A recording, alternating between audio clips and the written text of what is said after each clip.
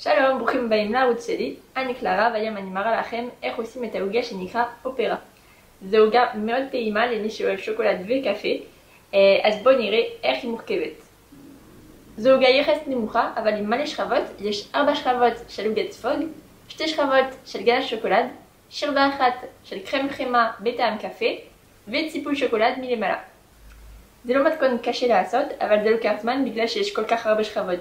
אבל אני אסביר לכם הכל, וכמו תמיד, אם אתם אוהבים את הסרטון אז תשימו לייק, ולמי שמגלה את הערוץ שלי עכשיו, תירשמו כמנוי, יש כבר כמה מתכונים צרפתיים שאתם יכולים לראות, ועכשיו נעבור למטבח. אז אני כבר מתחילה עם הגנש, בשביל זה אתם צריכים 100 גרם שוקולד ו100 גרם שמנת. אני בדרך כלל לוקחת שמנת 38%, אבל זה לא כל כך משנה. מה שכן משנה זה שחתכתי את השוקולד בקוביות קטנות, כי אין הרבה שמנת, אז ככה זה יעזור לי כדי להעמיס את השוקולד.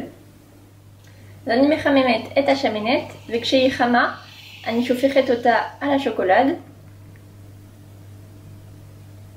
אני מחכה דקה שהשוקולד יתחיל להינמס, ואז אני מערבבת מהאמצע עד הצד. כשהגנש מאוד חלק, אני משאירה אותו בצד כדי שהוא יתקרר, אבל מדי פעם אני אלך לערבב כדי לבדוק את המרקם ושהוא נשאר באמת כמו קרם, כמו משהו שאפשר למרוח. עכשיו אני ממשיכה עם העוגה, זה נקרא עוגה ג'וקונד. בשביל זה אתם צריכים 160 גרם ביצים, זה 3 ביצים, 85 גרם חלבון, זה בין 2 ו3 ביצים, 20 גרם קמח, 75 גרם אבקת סוכר, 75 גרם אבקת שקדים, עדיף אם זה מאוד דק, ו15 גרם חמאה מומסת. קודם אני מקציפה את החלבון. אני ממליצה לעשות את זה יציב, אבל לא יציב מדי. אתם רואים שיש לי שפיץ, אבל שזה נשאר מאוד גמיש. אז עכשיו אני שמה את זה בצד, ואני אמשיך עם השאר. עכשיו בתוך המיקסר אני שמה את הביצים, ואני מערבבת עם אבקת השקדים ואבקת הסוכר עד לקבלת משהו מאוד קרימי ואוורירי. צריך לערבב בהמשך 3 דקות בערך. אז אתם רואים שהתערובת הכפילה את הגודל שלה. עכשיו אני מוסיפה את הקמח, אני מערבבת עם לקקן כדי לא לבזבז את כל העבודה שעשינו. לפני שזה יהיה הכל מעורבב באמת, אני מוסיפה את החמאה, ואז אני מוסיפה את החלבון המוקצף. אני מנסה לא לערבב, אלא יותר לקפל. אני לוקחת מגש. היום אני עושה עוגה של 15 סנטימטר על 15, אז אני צריכה 4 שכבות של עוגה. אני צריכה ריבוע של 30 סנטימטר על 30, אז כדי להיות בטוחה אני פשוט אעשה את כל המגש. אולי אני לא אשתמש בכל הבצק, כי אני צריכה משהו מאוד דק, אז קודם אני שמה 2/3 ונראה אחר כך אם צריך להוסיף. ואני מורחת את הבצק על עובי של 0.5 סנטימטר. אני יכולה להוסיף. אם יש לכם כלי כמוני, אז זה ממש יותר נוח. צריך להיזהר שיהיה את אותו עובי על כל השטח. סיימתי, אני בודקת שוב פעם שאני אוכל להכניס 4 שכבות של עוגה, ואני מכניסה את זה לתנור ב-180 מעלות ל-12 דקות. עכשיו אני עושה סירופ בטעם קפה. הסירופ הזה נשים אותו על 4 שכבות של העוגה, כדי שהיא תישאר עסיסית, וגם כדי שכל השכבות של העוגה יהיו במרקם דומה, ואז שיהיה קשר בין השכבות של עוגה ושל קרם. בשביל זה אתם צריכים 270 גרם סוכר, 200 גרם מים וכף גדול של תמצית קפה. הכנתי את התמצית קפה בסרטון קודם על האקלרים, אני אשים לכם את הקישור למעלה אם אתם רוצים לראות. אפשר להחליף את זה באספרסו חזק, אבל אני מאוד ממליצה להכין את התמצית, כי אתם רואים שזה לא יותר מרקם, זה נוזלי אבל כמו סירופ, לא כמו מים. וגם תצרכו אותו בקרם חמה, ושם זה כן משמע להוסיף הרבה מים. לסירופ זה מאוד פשוט, אני שמה את הסוכר עם המים בתוך סיר, ואני מביאה לרתיחה. כשהרתיחה מתחילה, אני סוגרת את האש, ואני מוסיפה את התמצית קפה. ואז אני שמה את זה בצד, כדי שזה יתקרר טיפה עד ההרכבה.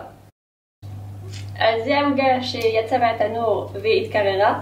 עכשיו אני אראה לכם איך אני חותכת את 4 שכבות של עוגה. אז קודם אני צריכה להוריד את הנייר, אז בשביל זה אני הופכת את העוגה ואני מורידה את הנייר. אם זה מספיק אפוי זה אמור להיות קל. ואתם רואים שאני מחזיקה את העוגה ואני מורידה לאט לאט את הנייר ככה. ועכשיו אני לוקחת את הרינג שלי וסכין עם שיניים. ואני פשוט חותכת בכל צד. אני לא לוחצת, אני עושה את התנועה הזאת, אני לא יודעת איך זה נקרא. זה מאוד מאוד דק, אז זה פשוט.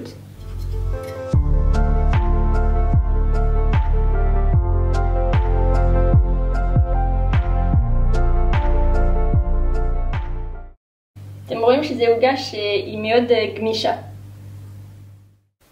אז היום אני עושה עוגה קטנה, אבל כמובן שאם אתם רוצים לעשות עוגה יותר גדולה, אתם לא צריכים עכשיו לעשות 4 מגשים של עוגה כדי לחתוך שכבות שלמות.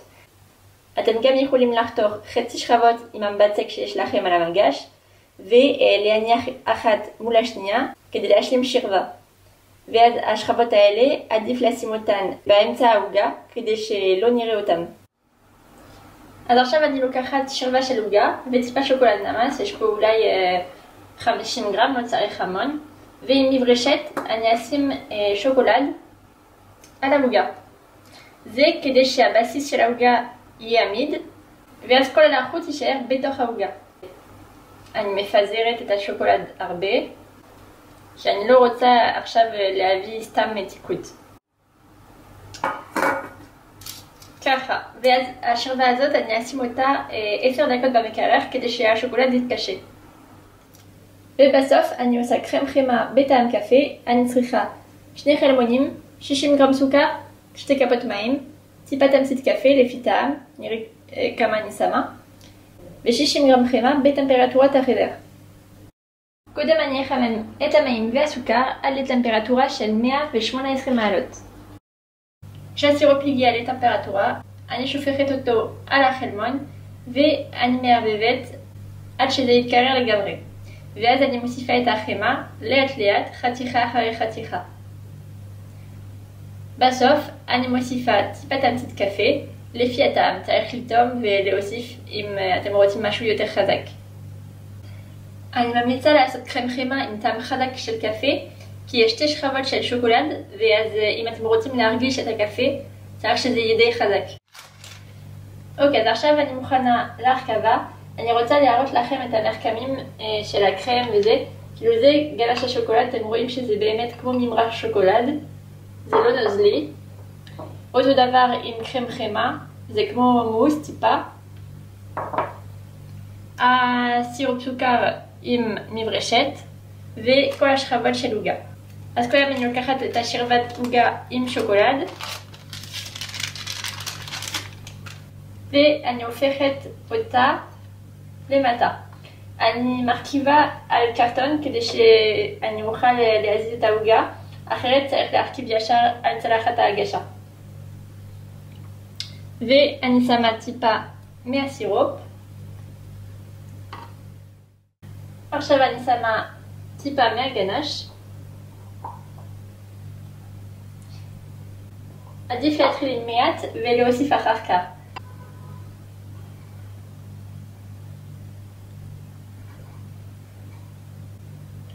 אז אני שמה גנש על שכבה דקה.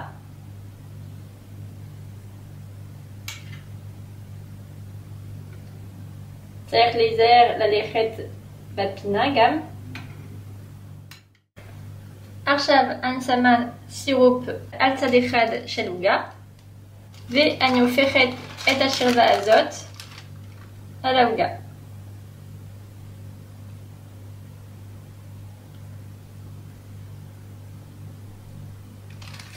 שוב פעם אני שמה סירופ על הצד השני. עכשיו אני שמה שכבה של קרם חמה. אני מנקה את הפריטה שלי כמובן. אז יש יותר מדי קרם חמה כי צריך רק שכבה אחת לעוגה. אבל אי אפשר לעשות פחות. אני אפילו ממליצה אולי לעשות את הכמויות ל3 חלבונים, כי זה כבר די קשה לעשות את זה, רק עם 2 חלבונים.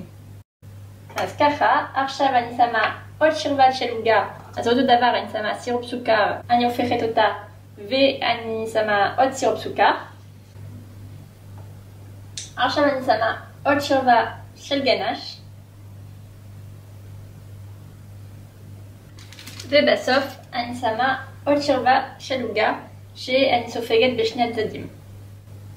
ככה, וסיימתי את ההרכבה. עכשיו אני אשים ניילון על העוגה ואני אכניס אותה למקרר ל30 דקות בערך. עכשיו אחרי הקירור אני אעשה את הציפוי למעלה. אז עשיתי 50 גרם שוקולד נמס ואני מוסיפה לזה 7 גרם שמן. ואני אשים את זה על העוגה.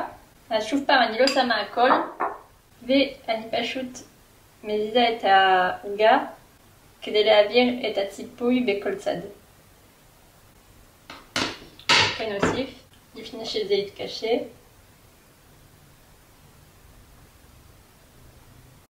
טוב, ככה. עכשיו אני אכניס את העוגה במקרר לשעתיים כדי שהיא תתקשה. אז עכשיו אני עוברת עם סכין בכל צד ואני מורידה את הרינג. הורדתי 2 מילימטר בכל צד כדי שזה יהיה יותר מסודר, וכבר בחלק שהורדתי אתם יכולים לראות את 8 השכבות. ואפשר לאכול את העוגה ככה, אבל אני ממליצה לחכות למחר, כי זה יהיה אפילו יותר טעים, כי כל השכבות וכל הטעמים יהיו מעורבבים.